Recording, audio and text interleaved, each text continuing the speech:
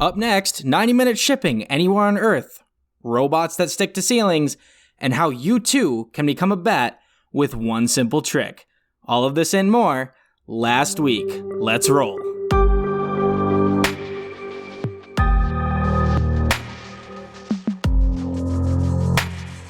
Welcome to the future last week, where we talk about what's happening or going to happen last week. I'm your host, Wyatt, and it was week 22 of 2021. In today's day and age, we all have smartphones in our pockets. In fact, there's a pretty good chance that you are listening to this podcast on one right this second.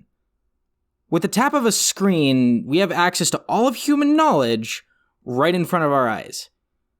However, we also have access to the great marketplaces of the internet. Amazon, eBay, Newegg, Facebook Marketplace, as well as many brick and mortar stores that have an online presence, such as Walmart, Target, Best Buy, Fleet Farm, Home Depot, and on and on and on, etc., etc., etc. But if you buy something online, normally it needs to be shipped to your address. And this can be reliably achieved in 2 days from most places within 500 to 1,000 miles of you. You can even get it in 1 day using a plane. This is called next day air. But what if that isn't fast enough? What if you need less than 1 day? What if you're on the opposite side of the frickin' planet and you need your package in 90 minutes? You need next hour air. Well, tough luck. That ain't happening. Unless, of course, you are the United States Air Force and you have a budget of $200 billion and one hell of an itch to scratch. Let's say you're an Air Force general overseeing an operation in Taiwan, which is being actively invaded by the Chinese after a rather unfortunate incident involving a Taiwanese government official, a Chinese diplomatic delegation, 3 metric tons of Land O'Lakes butter, and an unwashed jockstrap, all of which resulted in 17 wounded and 4 dead. The Chinese are storming the beach, all Normandy style, and the men are running out of ammunition. It's your job to make sure the front lines stay supplied until the United States Navy can make it to the invasion site and engage the Chinese forces in 1 day. So how would you deliver the supplies? By boat? This wouldn't work. It would take many hours to get to the nearest friendly port. Well, what about a plane? Still too long. This was a surprise attack and there are no available cargo jets, and it would take too long to retrofit a passenger jet. But then you remember the emergency supply system. A point-to-point suborbital rocket that can land anywhere on the Earth's surface in 90 minutes, or it's free.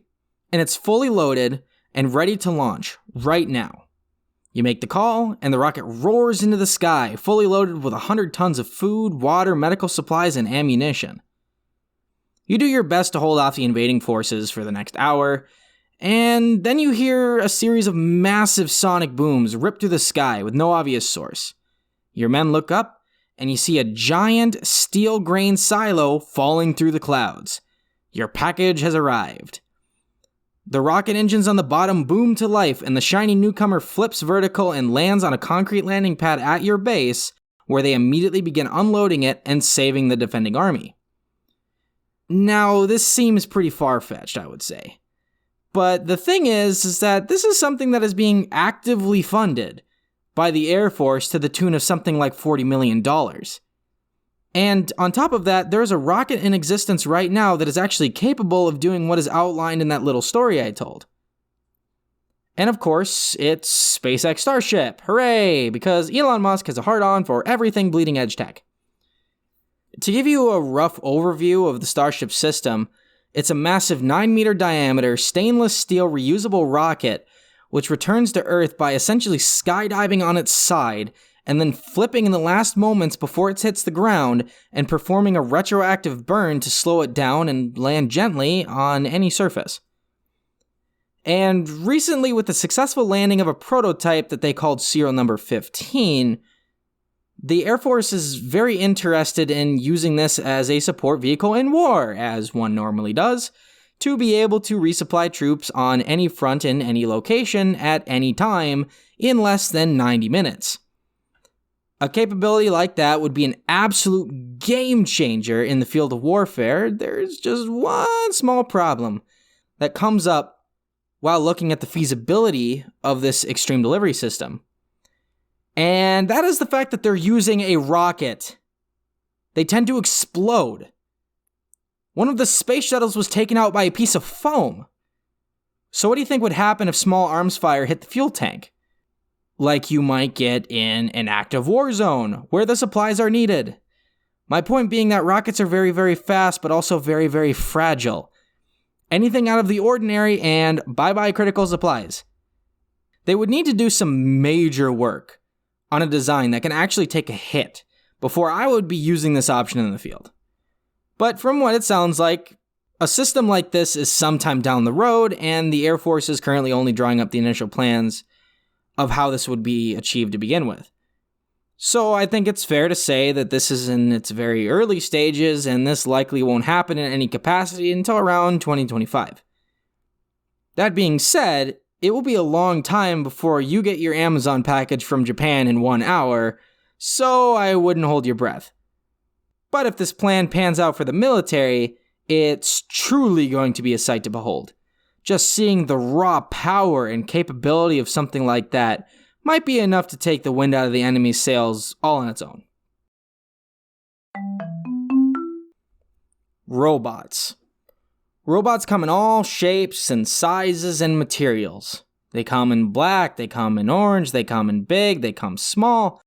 They ride on wheels, they walk on legs, they traverse with tracks, they swim with fins. But what about robots that can climb? How'd you do that? A rope? What if there's no ledge? Wraparound claws? What if it's a wall? What about a suction cup? What if the wall isn't smooth or it's rounded? Give up yet? Well, what if I said that they made a robot that can climb any surface, no matter the orientation? Meaning on the ground, on the walls, or on the ceiling? On ice, on oil, on wood, on metal, it doesn't matter. As long as the surface isn't too bumpy or extremely curved, it will climb it. He's a little guy, measuring at just 14 centimeters in diameter, but he punches up from his weight class and is quite strong. He can hold up to 5 newtons of force while on the ceiling, or about 5 apples. Well, cool, you say. Robots are neat, and I need a slave to abuse and lord over, and someone to grab me a White Claw from the fridge because I'm a little pansy, and my drinks come with coloring books and a copy of Cosmopolitan magazine. So what would it be like to have one? Well, let's tell a little example story. You are the proud new owner of the Wall Climotron 4400 Model X, a specialized robot that is programmed to bring you anything you need from anywhere in your house to anywhere in your house. You are eager to test it, so you place a can of pop in the fridge and activate the robot and instruct it to grab you your drink and bring it to your couch. You go and sit on the couch and wait. What happens next was not advertised, and the salesman certainly failed to mention it. After activation and instruction, you will then proceed to wait 7 minutes as the robot works its way from your fridge to your living room couch, which is 20 feet away, meanwhile hearing this sound the entire time.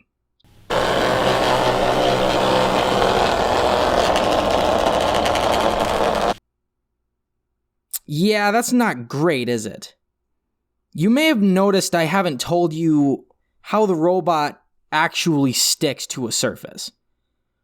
Well, according to the paper written about this robot, it's due to the, quote, fluid-mediated adhesive force between an oscillatory plate and a surface, rather than black magic. Obviously. Now, for the less unnecessarily verbose amongst us, that means it sticks to surfaces by using a flexible disc vibrated very fast. How this works is the vibration in the disc creates a low pressure zone below the surface of the robot and a high pressure zone above the robot, basically pushing it against the wall. You can test this example at home by taking a large flat object, maybe a piece of plywood or something, and placing it against the wall and then trying to rip it away from the wall fast. You may notice a short period of time where the flat object seemed to be momentarily suctioned to the wall, making it more difficult to pull off. That is the force that keeps the robot stuck to the wall, and with surprising strength, too. And the god-awful sound it makes is a result of the vibration frequency used to create the necessary force, which happens to be very much within the human range of hearing, if you couldn't tell. If the sound wasn't enough to convince you for some reason, this robot is not built to be stealthy, which limits its application somewhat. It would certainly not be used in the military as a covert operations self-propelled explosive, or suicide robot for short, because assuming the enemy was not tipped off by the unthinkably loud racket that the robot would make as it climbed through sheet metal, vents, and inside walls, he might notice it's been getting progressively louder over the span of the last half hour as the robot works its way from one end of the apartment room to the other. So Black Ops is out. And so is a personal assistant.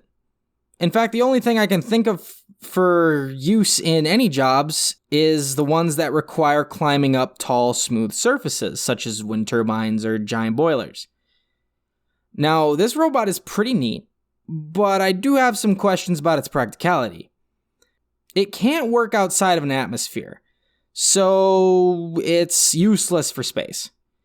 It's much too loud for most things in general, and it's small, so it doesn't have a very impressive payload capability. You might ask why they don't just make the robot bigger. Well, the bigger the disc, the bigger the motor needs to be to vibrate the disc, and that lowers the payload capacity. Same goes for making it smaller. A smaller disc means less surface area for the force to act upon, meaning less force in general, and again, decreased payload capacity. As far as the researchers who made the robot are concerned, 14 centimeters is about the sweet spot. Don't get me wrong though, if I didn't think that this was cool, I probably wouldn't be talking about it. This is the kind of robotics that interests me the most, and I certainly hope that they come up with more crazy designs and interesting ways of doing things that aren't possible with conventional methods, and maybe one day I can have a wall Climotron 4400 to get me a Coke out of the fridge.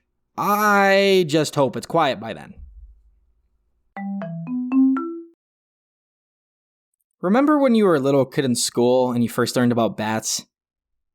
Or at least you learned about them past what you knew from shows, like Goosebumps or Scooby-Doo. Well, they may have stuck with you for a number of reasons. They're mammals, they look like rats with wings, they sleep upside down, and they have scary, sharp-looking fangs. But I would think the main reason you remember them is that they can see with sound. This is called echolocation, and it means exactly what it says. Location through echoes. Meaning the bat makes a noise, perhaps a screech or clicking noise, and can determine the rough position and outline of an object based on the sound that bounces off of the object and back into its ears, where it registers in the visual part of the brain as a rough outline that the bat can actually see and allow them to zero in on their prey. So, if a bat can do it, why can't I?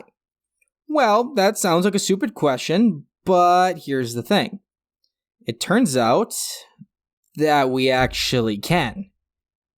Now hear me out, it's not like I could do it right now, but with a decent amount of practice, you can actually echolocate.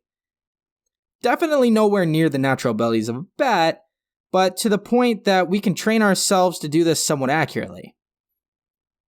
An experiment conducted on 12 blind people and 14 sighted people has shown that just about anyone can learn to echolocate in as little as 10 weeks, which means that, yes, you can learn how to see without using your eyes. In this particular study, they had the participants making clicking noises with their mouths and trying to navigate a maze, while being blindfolded if they were sighted, and business as usual if they were blind. Over about 20 sessions of practices, around 2 to 3 hours long, all of the participants had drastic improvements in their ability to navigate the maze without seeing anything at all. But this goes beyond mazes. The participants were also able to describe the shape and orientation of items without even seeing them before. So how exactly is that possible, you might ask? Well, you have to think about the medium in which the information is reaching the brain. Both vision and hearing do roughly the same thing. They process reflected waves of energy, whether that happens to be light or sonic compression waves in the atmosphere around us. As a result, light and sound can both convey a lot of information to the brain about size and shape and location of different things around us. That means that when your eyes stop working, your brain can interpret sound waves in the area of your brain responsible for vision and allow you to see with sound. It's not true sight, of course, but it's more like a PhD in educated guessing. Through the pieces of information you gather through the sound of your clicks, you can tell if something is short or tall, near or far, thin or thick, or even dense or sparse. For example, an object that is tall and narrow might be recognized as a pole. An object that is tall and narrow near the bottom, while broad near the top, would be a tree. Something that is tall and very broad registers as a wall or a building. Something that is broad and tall in the middle, while being shorter at either end, may be identified as a parked car. An object that is low and broad may be a planter, a retaining wall, or a curb. And something that starts out close and very low, but recedes into the distance as it gets higher, is probably a set of steps. Awareness of the density of objects adds richness and complexity to the available information as well. For instance, an object that is low and solid may be recognized as a table, while something low and sparse sounds like a bush. But an object that is tall and broad and very sparse is probably a fence. Now, don't go walking around your room, clicking like an idiot with your eyes closed, banging your toes on every single corner. This stuff is harder than it looks, or rather, it's harder than it sounds.